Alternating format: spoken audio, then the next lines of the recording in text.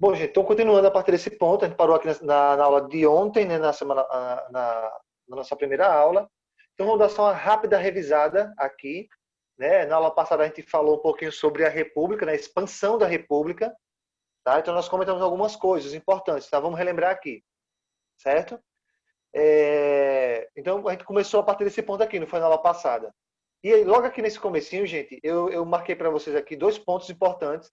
Então vamos dar uma refrescada na nossa memória, tá? Vamos refrescar a memória aqui bonitinha da Silva. Vamos lá. Então, na época da República, a primeira coisa que eu falei para vocês foi isso, tá? Na época da República, quem era que mandava, gente? E aí, quem Os era que mandava? patrícios, os nobres. Os patrícios. Patrícios, gente, que eram os pobres, os ricos, os boladões, certo?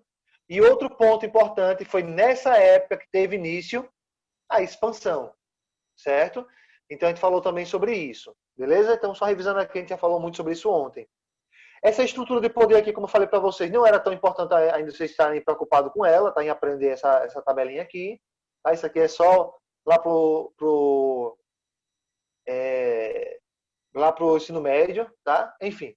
E nós chegamos aqui, gente. Como foi que se deu essa expansão? Né? Então, a expansão romana. Como foi que essa expansão romana aconteceu? Através de guerras. A gente falou bastante sobre isso ontem, né? Através de guerras. Nós tivemos aqui, gente, duas guerras interessantes a gente falar. A primeira guerra foi a chamada Guerras Púnicas, né? Que foi entre Roma e Cartago. Eu falei para vocês que ao todo foram quantas batalhas? Quem está lembrado? Foram quantas batalhas ao todo? Duas. Foi quase. Não, foi que na segunda que desse de helenísticas, ele lutou com esses três lugares que o senhor escreveu. Mas nas púnicas ele só lutou com Cartago. E ele ganhou de 2-1, porque o senhor disse que ele ganhou por pouco. Exatamente, exatamente. Então vamos refrescar, gente. Vamos pegar o que a Maria Letícia comentou aí para a gente refrescar a memória, tá? Então, Guerras Púnicas foi a guerra de Roma contra Cartago. E ao todo foram 3 batalhas, né? Assim, da Guerra Púnica, tá? Foram 3 batalhas. A primeira batalha, Roma venceu. A segunda batalha, Cartago venceu. E a terceira batalha, Roma venceu de novo, né? E aí nós chegamos na Segunda Guerra, aqui, que foi a Guerra Helenística, né? Que aí foi, no caso, foi Roma contra vários países, né? No caso aqui, contra a Macedônia, né? Macedônia, Grécia, Síria, Egito. Então você observa, a gente falou isso aqui ontem, né? Então foi nesse momento aqui, gente, que Roma começou a crescer, tá? Lembrando que Roma, antigamente, olha só, eu até voltei aqui para vocês verem aqui o mapinha, de novo. Olha só, gente. Roma era só isso aqui, ó. Observa aqui, ó. Roma era só esse pontinho. Tá vendo aqui, ó, onde eu marquei, ó? Roma era só esse pontinho aqui, ó. Era pouquinha coisa, era pequenininho Roma, né? Estava dentro da Península Itálica, né, que é esse continentezinho todinho aqui, mas Roma era bem pequenininho.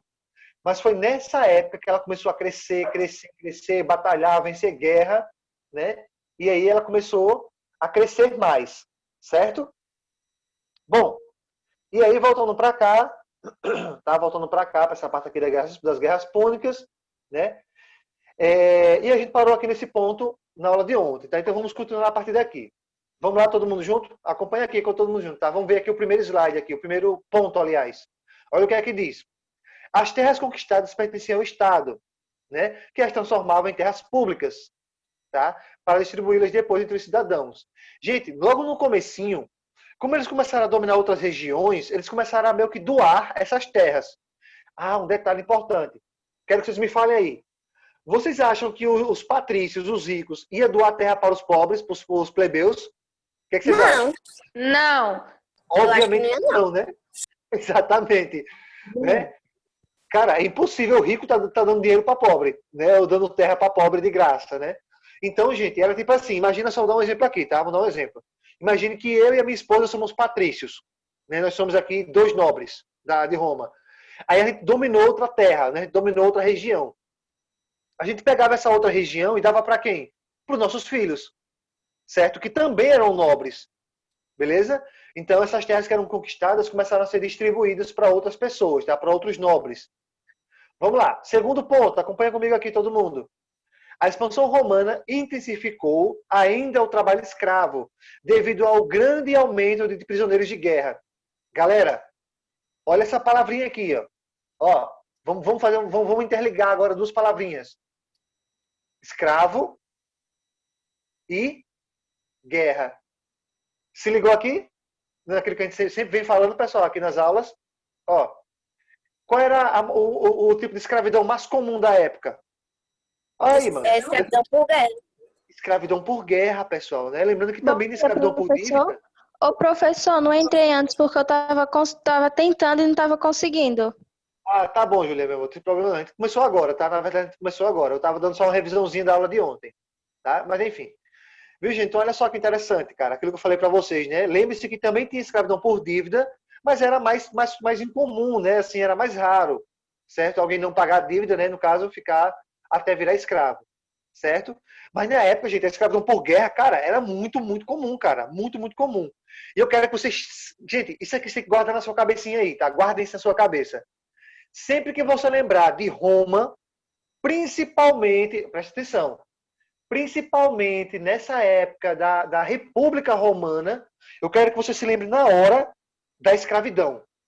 Certo? Por quê? Naquela primeira fase, gente, qual era a primeira fase de Roma? Qual o nome da primeira fase de Roma? A monarquia, perfeito, a monarquia, governo de um rei. Gente, naquela fase naquela fase da monarquia, não tinha tanto problema não, tá? Assim, não tinha tanto escravo de guerra não, tá? Até porque, gente, no reinado, eles não têm tanto interesse não, tá? Em dominar outras regiões. Só tem interesse em fazer prosperar a região deles mesmo, tá? Só que agora, na República, eles começaram a entrar em guerra, certo? Se eles começaram a entrar em guerra, isso é uma tradição bem antiga, né? Quando você domina outra região. Galera, estão lembrados do que é que eu falei para vocês lá no começo do ano? O que era que acontecia quando uma civilização dominava a outra? Eles dominavam o povo e faziam escravo. Exatamente. E qual era a outra coisa? O que é que eles faziam com a cultura daquele povo? Eles pegavam um pouquinho para guardar na cultura deles. Exatamente. Pegavam o que tinha de melhor. Olha que interessante. Tá vendo aí ó, a diferença de quando você decora e você aprende? Eu estou perguntando coisa para vocês aqui, mesmo que seja só a Letícia esteja falando, mas eu tenho certeza que tem muita gente aqui que está lembrado dessas coisas. Tá vendo, pessoal, a diferença de você decorar e você aprender? Né? Eu estou perguntando coisa para vocês aqui do começo do ano. E vocês estão lembrados. Olha que coisa legal. Eu tenho certeza absoluta que tem muita disciplina aqui que vocês não estão lembrados de nada mais do começo do ano, porque já esqueceu. Porque você ainda continua no método de decorar. Né? Enfim, gente, vamos lá. Então, perfeito o que vocês falaram, tá? Então, quando era comum, pessoal, desde o começo do começo do ano, que eu vou falando isso para vocês, né? Que quando você domina outra região, uma nova região, o que era que acontecia? O que era comum? Você, primeiro, você transformava aquele povo em escravo e depois você pegava o que tinha de melhor daquela cultura, certo? Então, aqui, gente, na expansão romana não foi diferente, né? Quando eles dominavam outra região, eles também faziam isso. Transformavam aquele povo em escravo e pegavam o que tinha de melhor daquela cultura. Beleza? Até aqui todo mundo entendeu, né, gente? Esse segundo Ô, professor, Oi, Thales, pode falar. eles pegavam, tipo, comida, roupas, essas coisas, não era? Não, cara, preste atenção, gente, aqui. Não era só isso, não, né? Claro, eles pegavam também, né? Eles tinham um tecido bom, você tinha uma boa alimentação, boa comida, eles pegavam. Mas, gente, preste atenção aqui, tá? Isso aqui é um ponto muito importante. Quando eu falo que eles pegavam a cultura do outro, não tem a ver só com a cultura material. Ou seja, pegar objetos ou coisas. Principalmente, tem a ver principalmente com a cultura imaterial. Então, eles pegavam, por exemplo, uma tradição, entendeu? Uma forma de irrigação, por exemplo. Eles aprendiam com a escrita. Então, vocês podem ver que são coisas que não é coisa assim material, e você pegar. Mas eles aprendiam coisas novas. Entendeu? Ou seja, eles pegavam a cultura, tanto cultura material, e nós já estudamos sobre isso em arte, no comecinho do ano, estão lembrados? Cultura material, tudo aquilo que você pode pegar. Cultura imaterial. Tudo aquilo que você aprende. Exatamente, aquilo que você aprende, como a religião, a escrita, a língua, as culturas, as tradições. Perfeito. Certo, gente? Bom, vamos lá para o terceiro ponto. Todo mundo acompanhando comigo aqui, o terceiro ponto. Os plebeus estavam cada dia mais insatisfeitos e predispostos às revoltas. Olha que interessante, gente. Como eu falei para vocês. Só quem se beneficiava, pessoal, eram os nobres, eram os patrícios, eram os ricos que se beneficiavam. Entende?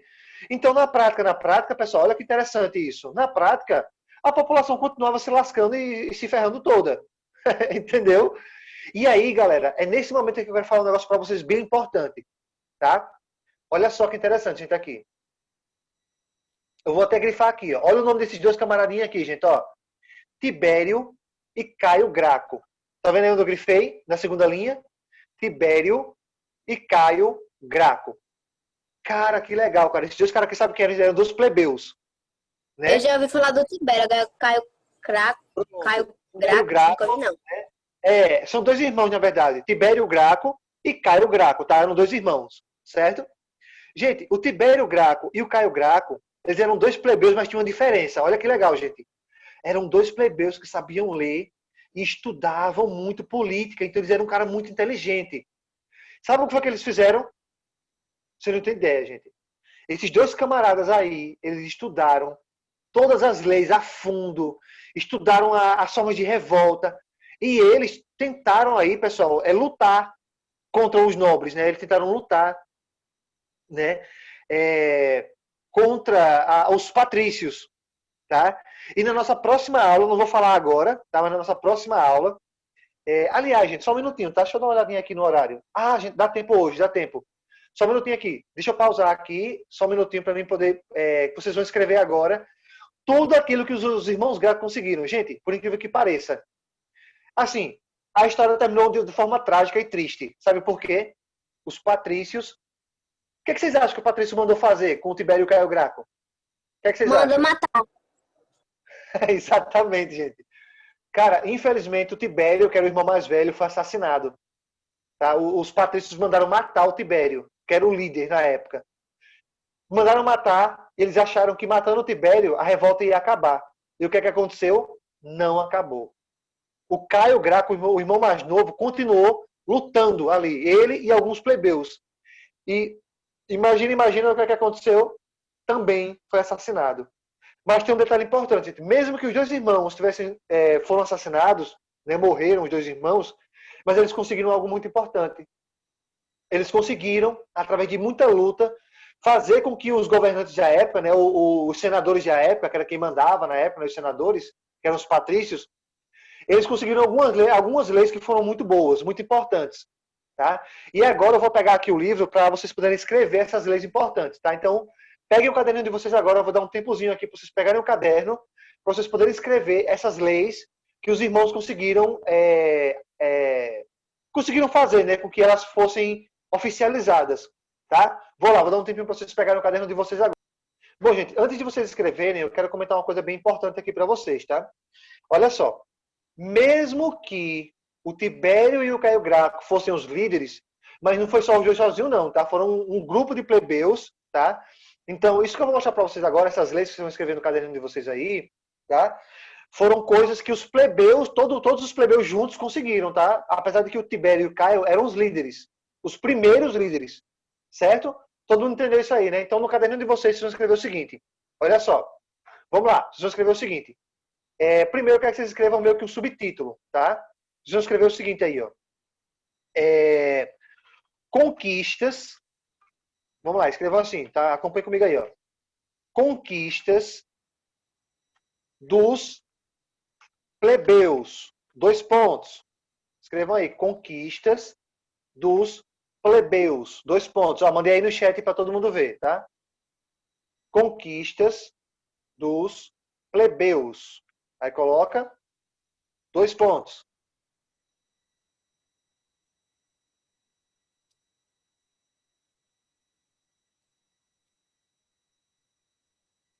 Professor, Oi. o nome da política do pão e circo já diz tudo, né? Porque ele distribuía trigo e dava para fazer pão do trigo. Aí, pão. Não. Não tem nada a ver com isso. Parece, mas não tem nada a ver com isso. Por enquanto, não se preocupe. Então, eu vou explicar o que é a política do pão e circo depois, tá? Mas não tem nada a ver com isso, não. Certo?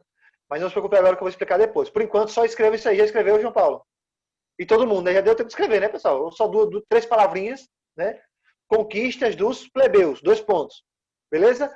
Na linha de baixo, você vai colocar número, você vai colocar assim, você pode colocar uma estrelinha, um ponto, qualquer coisa. Vamos lá, vamos escrever aqui a primeira conquista. Gente, eu vou escrever aqui só as principais, tá? Vocês vão colocar o seguinte, tribunos da plebe. Aí vocês vão colocar o seguinte, direito a ter 2 representantes no Senado. Ó, vou mandar para todo mundo aqui no chat, tá? Agora, para vocês não ficarem se preocupados aí, ó. A primeira conquista deles aqui, escrevam aí. A primeira conquista foi essa, ó. Tribunos da plebe. E o que era o tribunos da plebe, essa lei? O que é que ela dizia? Ela dizia isso aí, gente, ó. Que os plebeus agora tinham direito a ter 2 representantes no Senado. Então perceba que o negócio agora já começou a melhorar, né? Estão lembrados do começo do assunto que eu falei para vocês que os plebeus não tinham direito nenhum? Pronto, a partir de agora já vão começar a ter algum direito, né? Já tinha 2 pessoas lá, dos plebeus, dentro do Senado. Já melhorou, não foi? Porque agora, se tivesse alguma coisa boa ali, eles conseguiriam para todo mundo. Vamos lá, escrevam aí. Tribunos da plebe. Direito a ter 2 representantes no Senado. Direito a ter 2 representantes no Senado.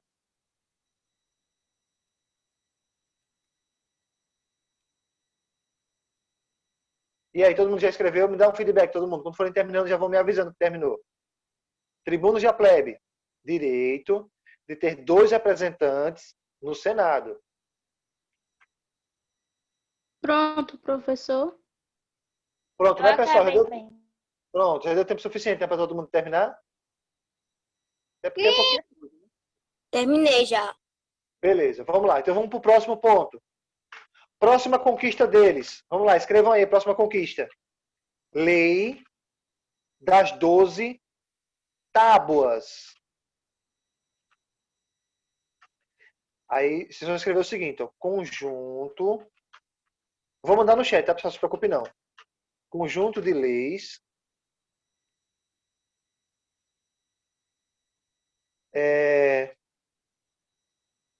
voltadas para os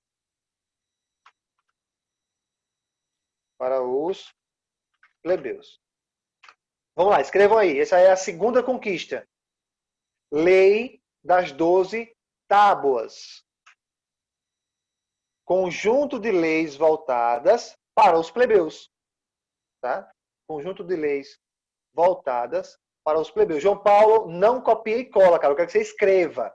Tá? Não é para você se preocupar em estar mandando, não, que eu estou mandando. Certo? Eu estou mandando. Só escreva o mais rápido que puder, tá? Para não demorar muito. Lei das 12 tábuas, 2 pontos. Conjunto de leis voltadas para os plebeus. Isso aí foi outra conquista muito importante para os plebeus. Tá? Era chamada Lei das 12 tábuas.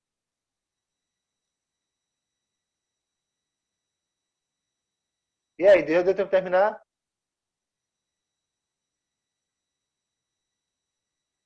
Terminei, professor. Terminei.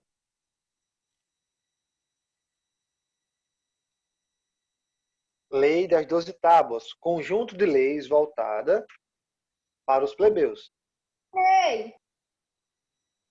Pronto, terminou, né? Deu tempo todo terminar, né? Vamos lá para a próxima. Terceira conquista, gente. Vamos lá. Terceira conquista. Lei Canuleia. A gente, professor, que gota é Lei Canuleia? Olha só. 2 pontos. Permitia casamentos entre plebeus e patrícios. Olha só, gente, isso aí é a próxima lei, tá? Terceira conquista. Só um minutinho. Eu acabei apagando aqui.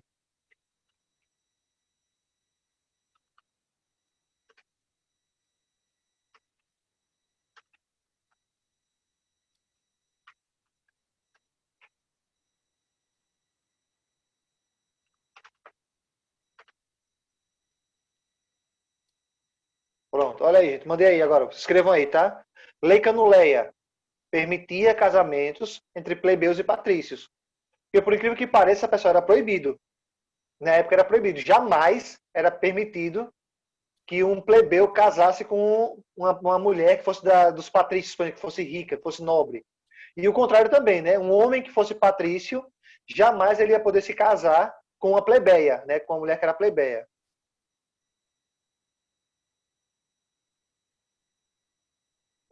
Vamos lá, gente. Então, Lei Canuleia permitia casamentos entre plebeus e patrícios.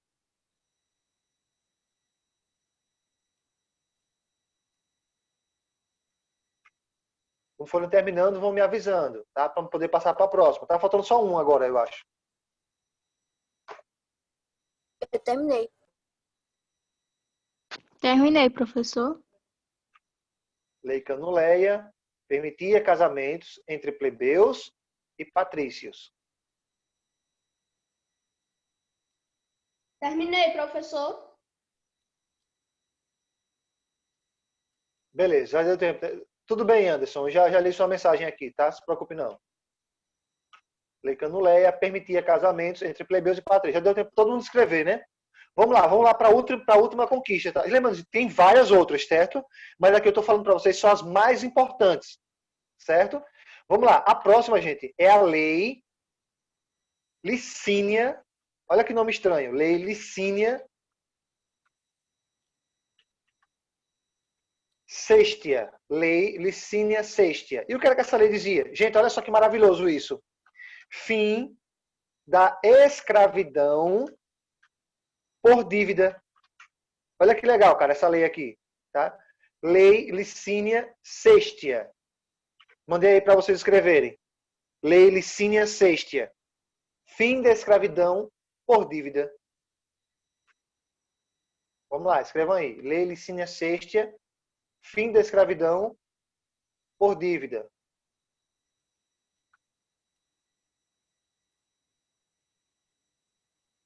Fim da escravidão por dívida.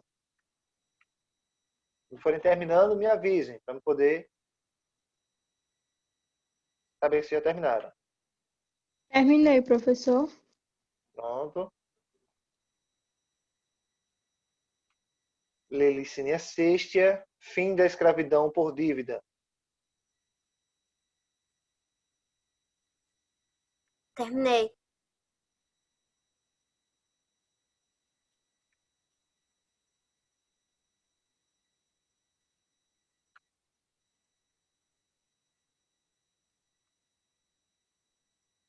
Terminei. Pronto, beleza. Já deu tempo, né, pessoal? Vocês terminarem, isso aí é bem pequenininha. Lei Licínia Sextia, fim da escravidão por dívida. Bom, gente, então, cara, olha só que legal, cara, isso. Né? Eles conseguiram, finalmente, né, acabar com a escravidão por dívida, né? Então, imagina aí a felicidade do pessoal, né? Um monte de escravos, né, que estava lá preso por causa da escravidão por dívida, acabaram se libertando, né? Porque agora não era mais permitido a escravidão por dívida. Bom, gente, vocês entenderam, pessoal, essas leis aí? Lei das 12 tábuas, né? Os tribunos de plebe, a Lei Canuleia, né, que permitiu o casamento, né, agora entre ricos e pobres, né, traduzindo, né, ricos e pobres, ou seja, plebeus e patrícios, né? E a Lei Licínia Sextia, que acabava com a escravidão por dívida, beleza? Bom, vamos continuar, gente, aqui. Então, olha só. Uma coisa importante então, é o seguinte, eu quero que vocês prestem bastante atenção agora. Tá? Aliás, o assunto todo, né? Mas prestem bastante atenção agora, pessoal. Se liga só. Uma maneira que os governantes tiveram, olha só qual era a ideia, pessoal, aqui, ó. Conter a queixa dos cidadãos pobres. Tá? Então, perceba, gente, depois do Tibério e do Caio Graco, muitos plebeus começaram a se revoltar, certo? E o que foi que o governo fez para meio que amenizar essa confusão? Galera, preste atenção, tá? Foi aquilo que o João Paulo falou, mas o João Paulo ele acabou interpretando de maneira um pouquinho equivocada, tá? Olha só, gente. A maneira que os patrícios arrumaram vamos ser sinceros, tá? Vocês logo sincero com vocês. A maneira que o governo achou de enganar os pobres. A verdade é essa, tá? Enganar os pobres. Sabe qual foi? Para que eles não se revoltassem mais? Eles criaram, pessoal, gente, eu quero que isso aqui é muito importante. a chamada política do pão e circo. Política do pão e circo. O que é isso, professor? Gente, eu quero que vocês escrevam, tá? Escrevam aí. Política do pão e circo, tá? Vocês vão escrever. Escreva isso aí, tá? Escreva a palavrinha mesmo. Política do pão e circo. Política do pão e circo. 2 pontos. Aí o que é que você vai fazer?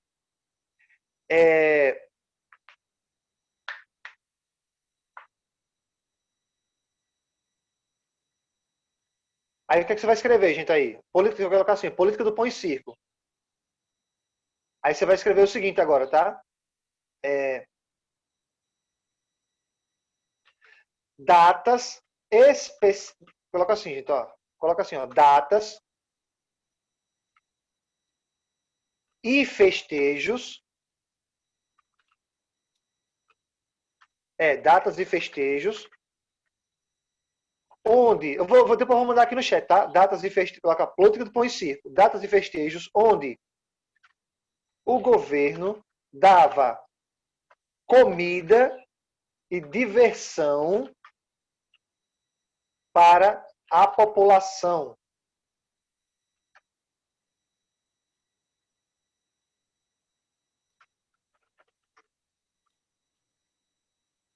De graça. Olha só, gente, vamos mandar aí no chat, tá? Então, olha só, mandei aí para todo mundo ver aí, ó. Olha o que era a política do pão e circo, gente. A política do pão e circo nada mais era do que era datas e festejos, certo? Datas e festejos. Vou mandar de novo aí, ó. Datas e festejos, onde o governo dava comida e diversão para a população de graça. Detalhe, eles faziam isso não era porque eles eram bonzinhos, não, gente. Era uma maneira de acalmar a população, certo? Então tava lá os plebeus tudo revoltado, passando fome, passando necessidade. De repente, vinha lá o governante e dava comida para eles de graça, dava diversão. Pessoal, sabe qual é o local mais utilizado para isso? Quem se arrisca a dizer aí? A praça pública Ágora. Não, a Ágora era de lá da Grécia. Sabe onde era, gente? No Coliseu. Era no Coliseu, a gente vai ver. Inclusive, gente, tá lá, vai aparecer. Eu vou logo dar um spoiler aqui. Gente, o Coliseu é uma das 7 maravilhas do mundo moderno. Então, quando a gente chegar lá nessa parte, vocês vão ver lá. Eu pensei que fosse do mundo antigo. Eu pensei que era do mundo antigo. Não, mas olha só, é aquilo que eu falei para você. Eu, inclusive, vou falar mais na frente, tá? O Coliseu, viu, Letícia? O Coliseu, ele foi criado no mundo antigo. Mas ele só foi considerado como uma maravilha já na época moderna. Por isso que ela está lá nas maravilhas modernas, tá? Mas ela faz parte do mundo antigo. Beleza? Gente, já deu tempo para vocês escreverem isso aí? Política do pão e circo, datas e festejos, onde o governo... Pronto. Onde o governo dava comida e diversão para a população de graça. Já deu tempo para todo mundo escrever, né? Eu acho que sim. Bom, gente, então, resumidamente, tá? Agora você já terminaram de escrever. Deu para entender, pessoal, o que é a política do pão e circo? João Paulo, deu para entender, João Paulo? O que é a política do pão e circo? Deu, professor, tirou minha dúvida. Pronto, então, gente, resumidamente, a política do pão e circo era utilizada para enganar as pessoas. Quando os governantes de Roma, né, os senadores, né, que eram os líderes, os patrícios, né, quando os senadores percebiam que a população estava começando a ficar revoltada, o que é que ele fazia? Chegava lá no Coliseu, que era um estádio esportivo, né, ali onde tinha as famosas batalhas de gladiadores, né, era onde escravos lutavam contra outros, né, com espada, escudo, lutava contra leões também, né? Então esses eram chamados gladiadores, tá? Então, gente, nada mais era do que isso. Era aquele momento onde os gladiadores, né, os gladiadores iam lá lutar contra, aliás, eram as datas, né, onde os governantes utilizavam para dar. Por isso, pessoal, o nome pão, preste atenção, pão simboliza comida e circo simboliza diversão. Deu para entender, pessoal, agora? Por isso o nome política do pão e circo. Ou seja, era uma política ali que dava o quê? Comida e diversão. Certo? Comida e diversão. Tudo bem, gente? Até aqui deu para todo mundo entender, pessoal, o que é a política do pão e circo? Eu entendi. Olha só. Pessoal, se liga só. Até hoje, mesmo que não tenha o mesmo nome, preste atenção. Mesmo que não tenha o mesmo nome, mas até hoje os políticos fazem isso. Os políticos no Brasil fazem isso, sabiam? Enganam as pessoas. Na época das eleições, o que é que os políticos fazem aqui no Brasil? Os políticos, a maioria dos deputados e vereadores, o que é que eles fazem? Engana o povo. Festa. Isso, dá cesta básica para as pessoas votarem nele. Dá dinheiro, R$ 50, R$ 30, não é? E, cara, e sabe qual é o pior, pessoal? É porque muita gente vende o voto. As pessoas são muito ignorantes, pessoal. Eu fico revoltado quando eu vejo uma pessoa vendendo voto. Fico revoltado. Porque, bicho, aí, sabe o que é interessante? As pessoas vão lá, vendem o próprio voto por causa de uma merda de R$ 50, de qualquer bosta de dinheiro. Aí bota um ladrão no governo e depois fica reclamando. Não é assim, pessoal? Já prestaram atenção nisso? Fica reclamando. Professor, Sim, quando, professor.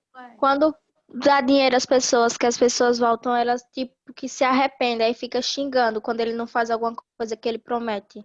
E outra, né, Julinha? E outra, eles nunca fazem o que eles prometem. É tudo mentiroso. A maioria é tudo mentiroso. Não é? Engana, engana, engana, aí vai lá dar uma cesta básica, dá R$ 50, R$ 10. Gente, eu já vi pessoas venderem um voto por causa de R$ 10. Pelo amor de Deus, cara. Aí vai lá, bota um ladrão no governo, né, seja vereador, senador, governador, enfim, prefeito, enfim. Bota lá um ladrão, aí depois fica reclamando. Ah, porque o fulano de tal, o vereador, o prefeito, o fulano de tal tá só E roubando a depois gente. ainda vem. Não é, cara. Gente, é revoltante isso. Inclusive, Julinha, já fica uma dica pra você, Julinha. Quando for na época da eleição, faça uns posts legais lá sobre isso. Pra ver se as pessoas, né? Como você é um influencer, aí, pra ver se as pessoas se orientam, cara. Porque é ridículo. Pessoas que vendem o voto. Né? Ridículo, ridículo, cara. Né? Então, cara, enfim, gente, é muito complicado isso. Né? Então você vê que até hoje os políticos continuam enganando a gente com a política do pão e circo. Por mais que não tenha o mesmo nome, mas é a mesma coisa. Não é verdade? Mas é a mesma coisa. Bom, meus amores, eu acho que deu para entender bem nessa essa parte aqui. Então, avançando um pouquinho mais, está aqui um mapa da República Romana, né? Então, essas partes que estão em vermelho aqui, ó, essas partes vermelhas, são as partes que Roma dominou, tá? As partes vermelha e verde, certo? Todas essas partes aqui, vermelha e verde, são as partes que Roma dominou. Certo? Então, vocês viram, olha a diferença, gente. No começo, né? Ó, no começo, Roma era só esse pedacinho aqui, ó. E olha agora o tamanho que ele está. Né? Olha o tamanho que ele está agora, hoje em dia. Né? Hoje em dia não, né? Na época, né? Hoje em dia, na época, né? Enfim, então a gente vai parar por aqui. Na próxima aula nós vamos explicar aqui como foi que a República Romana acabou, né? O fim da República Romana, né? E claro, gente, mesmo que a República tenha acabado, mas Roma não acabou, até porque ela vai entrar na fase mais conhecida e mais poderosa dela, que foi o famosíssimo Império Romano. Então, na próxima aula, nós vamos falar aqui sobre o fim da República e o começo do Império. Beleza?